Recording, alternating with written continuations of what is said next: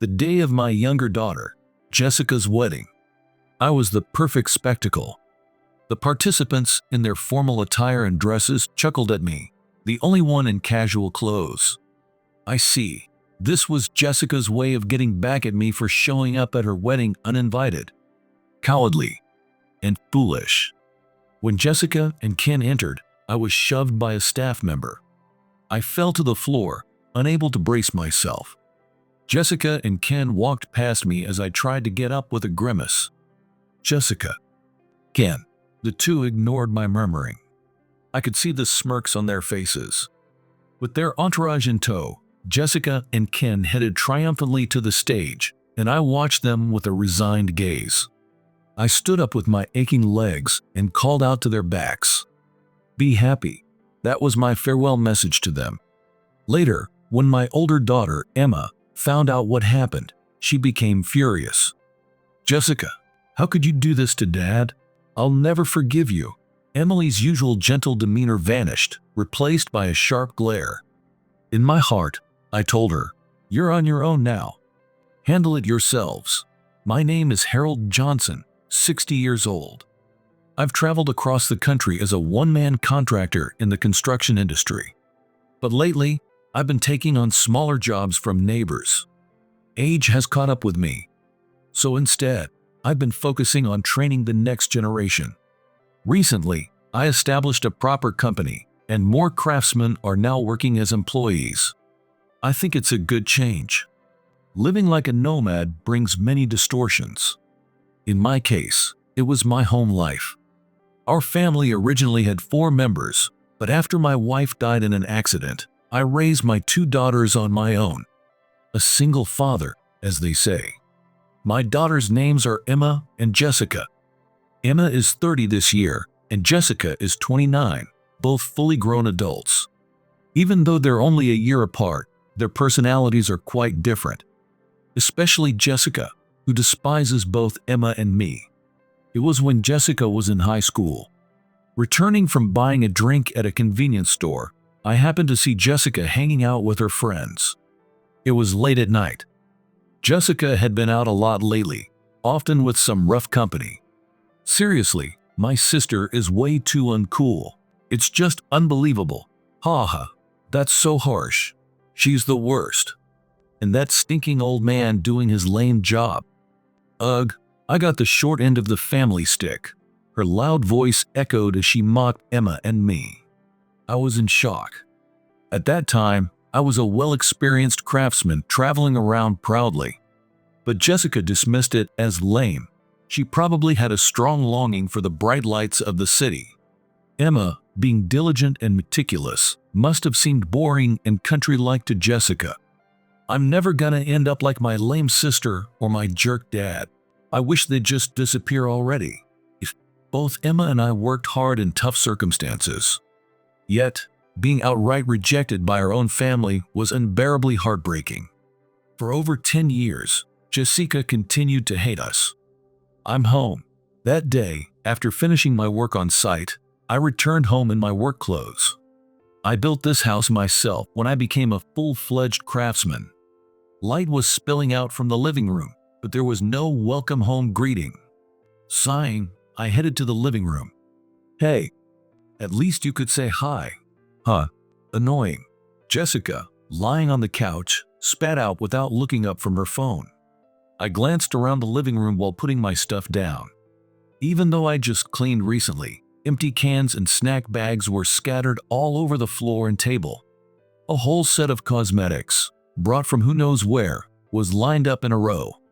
There wasn't even space to set down dishes. Jessica had been staying at home all the time. She's already 29 this year, but she hasn't held a steady job and has been living off the money I earn, leading a lazy life.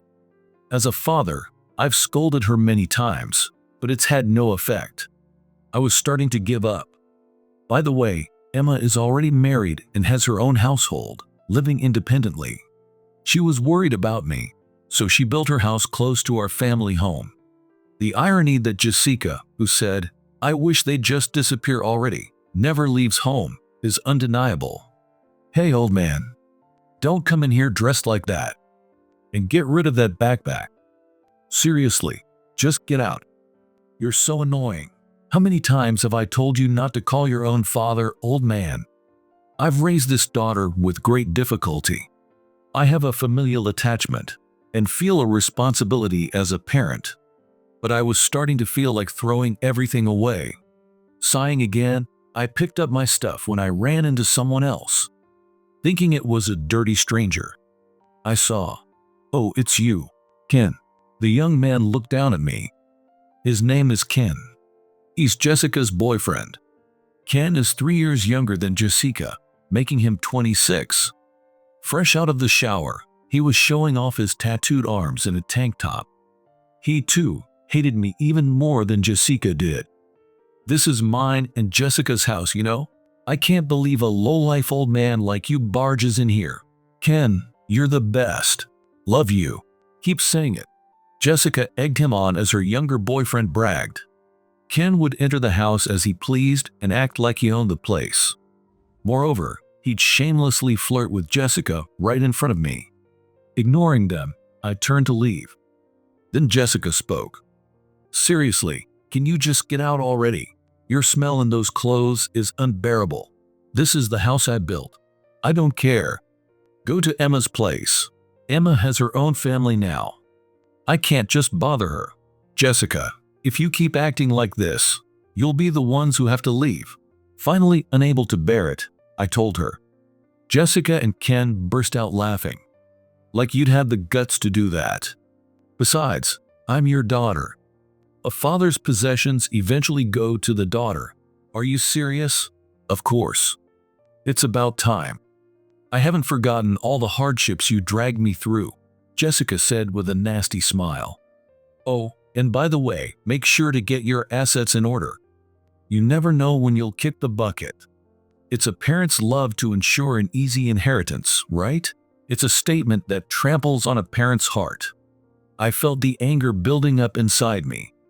What was the point of all the struggles to raise her? I felt a sense of futility rising. Ken said, completely ignoring my stern expression. "Seriously, Jessica, does this old guy really have money?" "He does. He built a house, and we haven't had any trouble living comfortably." This lowlife has money? He doesn't look like it." "I still can't believe this guy is a famous craftsman." Ken glared at me. "Sometimes he openly shows his hostility like this. I don't know why. He's been like this since the first time we met.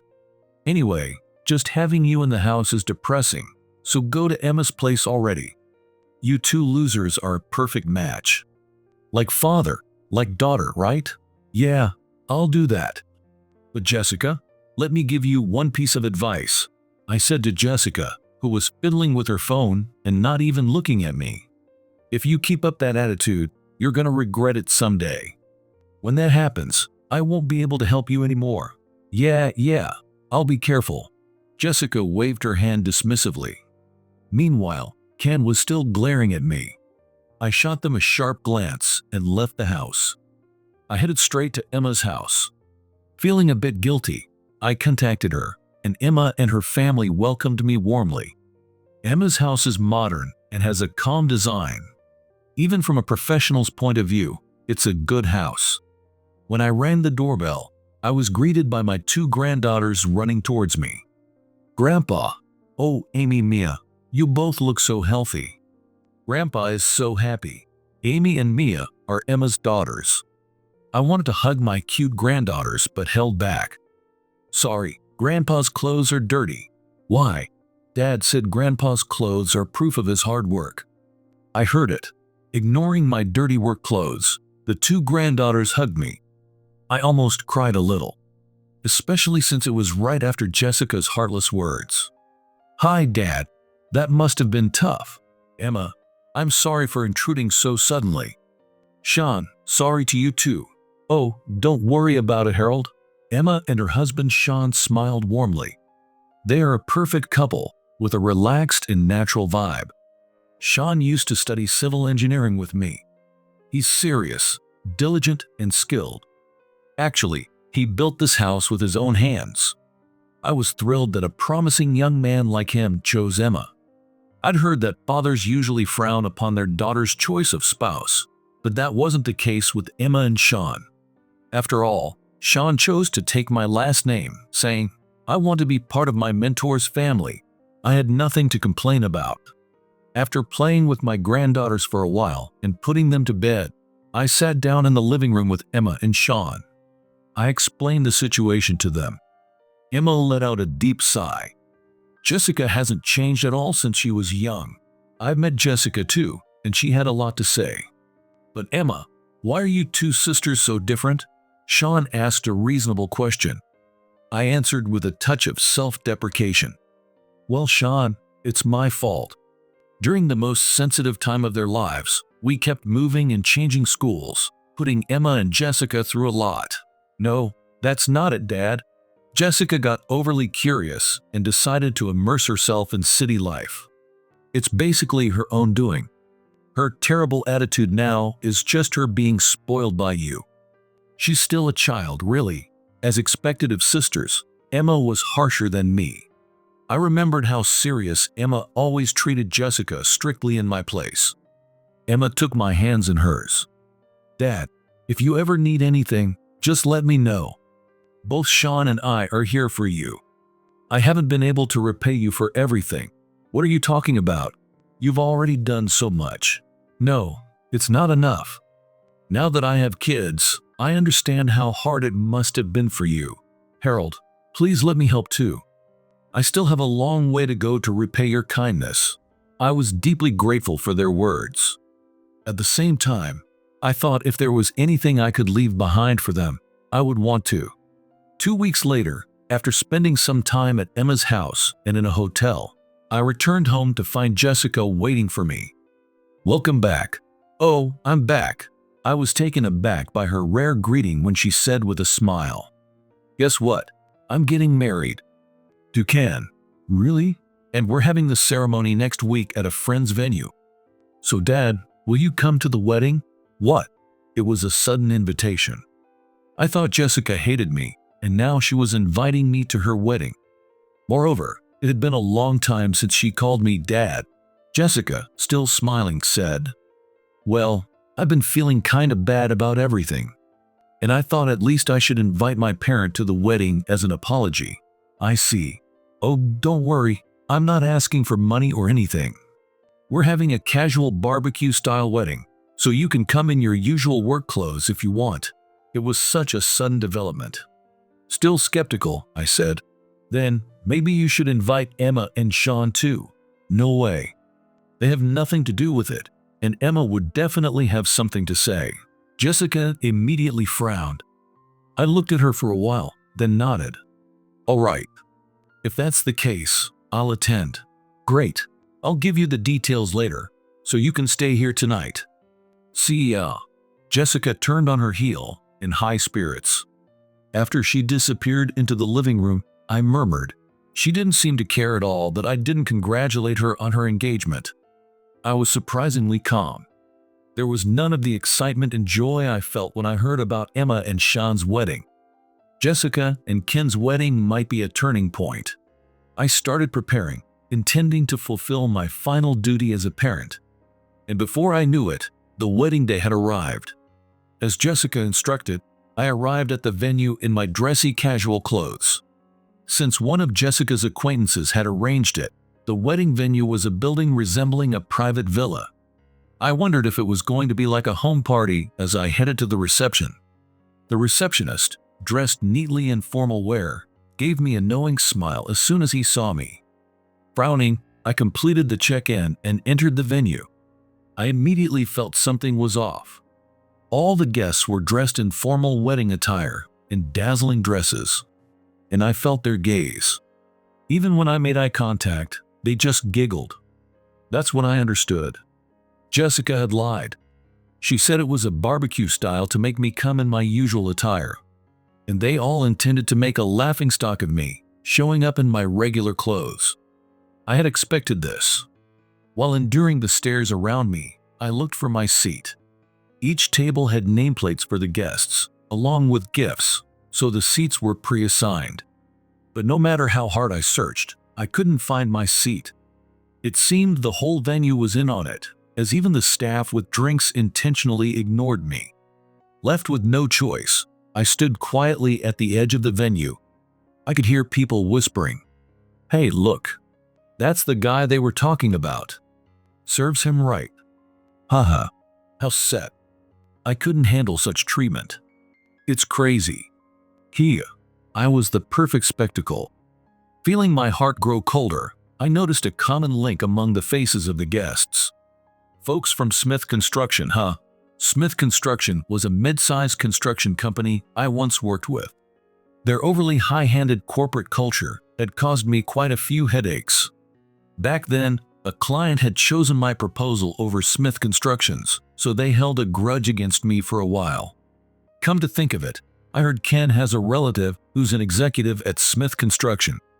I see, this was their way of harassing me under the guise of Jessica's wedding. They probably thought I'd be too heartbroken from my daughter's betrayal to focus on work. Cowardly and foolish. The venue grew lively. Jessica and Ken, all dressed up, made their entrance. It was then. "Hey, move aside, move aside." Ouch. A staff member, pushing a cart for serving, bumped into me. Unable to break my fall, I hit the floor. A sharp pain shot through my leg. It seemed I had twisted it when I fell. As if on cue, Jessica and Ken approached me. As I grimaced and tried to stand up, they walked right past me. "Jessica." "Ken." They ignored my murmur. A smirk of uncontrollable laughter spread across their faces. I watched Jessica and her entourage head toward the stage with a triumphant look, feeling a sense of resignation. With my aching leg, I stood up and called out to their backs. "Be happy." Those were my words of farewell. As I dragged myself out of the venue, I heard loud laughter and applause behind me. They were probably mocking me, but I didn't care anymore. They could do as they pleased. Jessica had already moved on from me. Dad, Emma, and Sean too. As I was about to get into the car after leaving the wedding venue, I was surprised to see Emma and Sean running towards me. Although I had told them I would be attending the wedding, they had come to check on me out of concern. Seeing me dragging my leg, Emma's face twisted with anger. "Jessica, how could she do this to you? I will never forgive her." I feel the same way as Emma. It's truly unbelievable. Both of you. Thanks for worrying about me. But I'm fine. I've made peace with my feelings for Jessica, I said, and Emma supported me with a worried look. Meanwhile, Sean was thoughtfully staring at the parking lot. "That car parked over there. It's a Smith Construction Company car. I heard rumors that they held a grudge against you, Harold, but I didn't think they'd go this far. Emma, let's take action. They've completely crossed the line. Yeah. They will pay for what they did to someone important to me." Emma and Sean, usually so calm, now had sharp, determined looks. Knowing their power, I thought to myself about Jessica. "I'm done with you. You'll have to handle this yourself."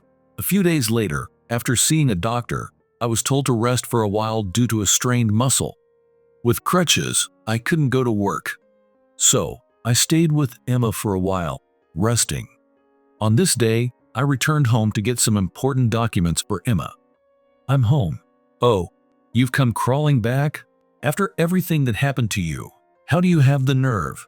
Or have you lost your mind?" Haha. Instead of a welcome back, Jessica greeted me with ridicule. As expected, her earlier humility was just an act to deceive me. Ignoring her, I made my way inside. Though I had been gone for only a few days, the house was cluttered with trash and things even in the hallway. Walking with crutches was a struggle. Jessica sneered as she taunted me. "Looks tough. Want some help, Dad?" Ignoring her, Jessica snorted in disappointment. In the living room, Ken was lounging on the sofa watching TV. It seemed he and Jessica were still lazing around together. Noticing me, Ken gave the same unpleasant grin as Jessica. "Oh my, that looks painful. I bet you can't work at all like that. So you're jobless now, huh? What a sight. Aren't you in the same boat now? Huh? Unlike you, I have a steady job and income. Don't lump me in with a jobless loser like you." Just as he confidently puffed out his chest, his phone on the table rang. Ken picked up the phone with an annoyed look. "Yeah, hello. Oh, hey, uncle. Thanks for the other day." "Huh? Why are you so panicked?" "What?" Ken's relaxed demeanor quickly changed as his eyes widened. His face turned pale. "Wait a minute. What do you mean?" Hello. Hello. What's going on, Ken?" Jessica asked suspiciously as he turned around, cold sweat forming on his forehead. "Our company. We're out of work." "What?" "Our clients all pulled out at once, so starting tomorrow we have zero work. They told me they can't pay my salary or send my remittance for a while and just cut me off." "What does that mean? We're not gonna get any money?" Jessica was understandably frantic when money was involved. Ken answered while hurriedly typing a message on his phone. "Our biggest client said they signed with someone else and just dumped us. It's a huge company called Fourth Construction, and the person in charge was Sean Watson." As he said this, Ken's hand stopped abruptly. He turned around to look at me, creaking like a rusty tin toy. I shrugged my shoulders. "Seems like Sean was pretty mad. He took this opportunity to reevaluate your connections. Turns out there was a serious breach of contract." That's all I heard. But man, young executives in big companies sure act fast. "Sean Watson? Isn't that Emma's husband? That nerdy guy is a manager at Fourth Construction. He got promoted just recently." "Well, he's a rising star in the company, so it's a well-deserved promotion." "No way." Emma's husband became such a big shot. I watched Jessica, who was in shock, with a cold gaze. I knew how much she had mocked Sean. She used to say things like, "A serious, boring girl like my sister deserves a guy as dull as him." In reality, she had no idea he had more power than any of us. So much so that he could influence Ken's future. And their comeuppance didn't end there. Suddenly, I received a message on my phone. It was from Emma. "I'm here," it said briefly. Just as I sensed her anger, the front door opened. "I'm back. Emma." Emma appeared before the flustered Jessica and Ken. She looked angrier than I had ever seen her. Emma was dressed in a tight suit like the one she wore to work. Trying to cover up her unease, Jessica mocked Emma's outfit. "Humph, still dressing all stiff, huh? Typical for a government worker. Don't you have work to do in the middle of the day, tax thief?" "Don't worry. I'm half working," Emma responded coolly to Jessica's taunt. She pulled some documents from her well-worn briefcase. Emma spoke. "Jessica and Ken, I'd like you to return all the assets you took from our father." "What?" "Don't make false accusations." "Oh, do I need to explain?" Emma smoothly read out the contents of the documents. They revealed Jessica and Ken's misdeeds. It showed how Jessica had withdrawn money from my account without permission. How she and Ken had conspired to borrow money using my property as collateral. Every betrayal was exposed one by one. Even though Emma and I had discussed this beforehand, hearing it again made my head hurt from their sheer audacity. Ken was the most shocked by this accusation. His face turned even paler as he confronted Jessica. "Hey Jessica, who is your sister really? Wasn't she just a low-level public servant?" "That's what I thought." "Ken, I'll tell you instead of my inept sister. I am indeed a public servant, but not at the city hall. I work for the IRS. I'm here to give you a warning." "The IRS?" Ken suddenly became visibly nervous. He tripped over the sofa and fell dramatically. It was clear he was shaken. From experience, people who act like this are usually guilty. And Emma knew this well. Ken, sprawled on the floor and unable to calm down, looked pathetic under Emma's commanding gaze. It was a clear reversal of roles from when he used to mock her. Jessica also seemed to realize the shift in power. She started to reject us out of desperation. "I don't care if it's the IRS. Get out. This is my house." "Right. And also, it's my family home, and it's in my father's name." "Are you sure you want to tell the homeowner to get out?" Fine, then I'll leave. Come on, Ken, let's go. Jessica dragged Ken out of the living room. After quickly packing some things, she said in a voice full of bravado, "We'll stay at a hotel for now. But remember this." "Sure, sure. Come back soon. We still have a lot to discuss. And by the way, I'm not paying for the hotel, so figure it out yourselves." "Ugh, you're so annoying." Jessica and Ken stormed out of the house like children throwing a tantrum. Emma sighed. "They won't be able to run forever." "Really, they haven't changed a bit." "Yeah. It's disappointing," I murmured. "I used to think, at least give them a place to stay, but I've given up on that too. I can't leave anything to her. I don't intend to leave anything for her anymore." Really disappointing. A month had passed since Jessica's wedding. Since the incident at the house, there was no sign that Jessica and Ken had returned. They were probably staying with friends until things cooled down. But life keeps moving. On this day, I was on my way back home with Emma from the IRS office. Tomorrow's the big day. The Cheer Up Dad event. I told you before, isn't that a bit much? It can't be helped. Once I mentioned it, it spread quickly. That's how much people nationwide respect you. Emma and Sean had organized a gathering of everyone we had helped over the years to hold a celebration for me. I had envisioned it as a simple party with close friends, but it had turned into a large event with people coming from all over the country. Sean had arranged for us to rent out a floor in a high-end hotel. As expected, the top performer from a major company operates differently. Emma, who was unusually excited, suddenly had a clouded expression. "What's wrong, Emma?" "I just got a message from a friend." She showed me the screen of her phone. There was a screenshot of a certain social media account. It was filled with hateful comments. "This is Jessica's account. Looks like she's been bad-mouthing us. Honestly, that girl. Instead of showing her face, she's been doing this." Sighing, I noticed Jessica and Ken in the parking lot of a nearby convenience store. A few rough-looking people were hanging around them. They haven't changed a bit since high school. I could hear their voices from where I stood. "I told you, it wasn't me." "Yeah, but it's true you've become stingy, right?" "Ugh. Hey Ken, say something. You're my husband, aren't you?" "Huh? Man, you're so noisy." Hearing this exchange, I glanced at Emma. It seemed like they were having some kind of argument within their group.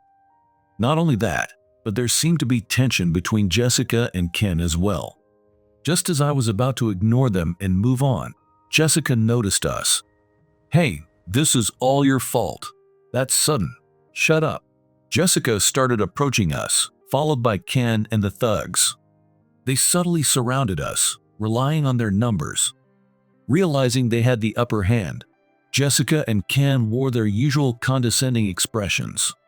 The thugs just looked like they were tagging along for the fun of it. We were in a standoff.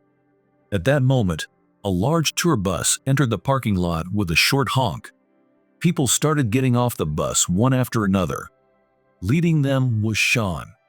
"Hey Harold, what a coincidence running into you here." "Sean, what is all this?" "On our way to the hotel, I saw you here. Everyone wanted to greet you as soon as possible." With a smile, Sean spoke, and the bus passengers all came over to me at once. "It's been a while, Harold." "Master, it's an honor to see you again," were some of the greetings I heard.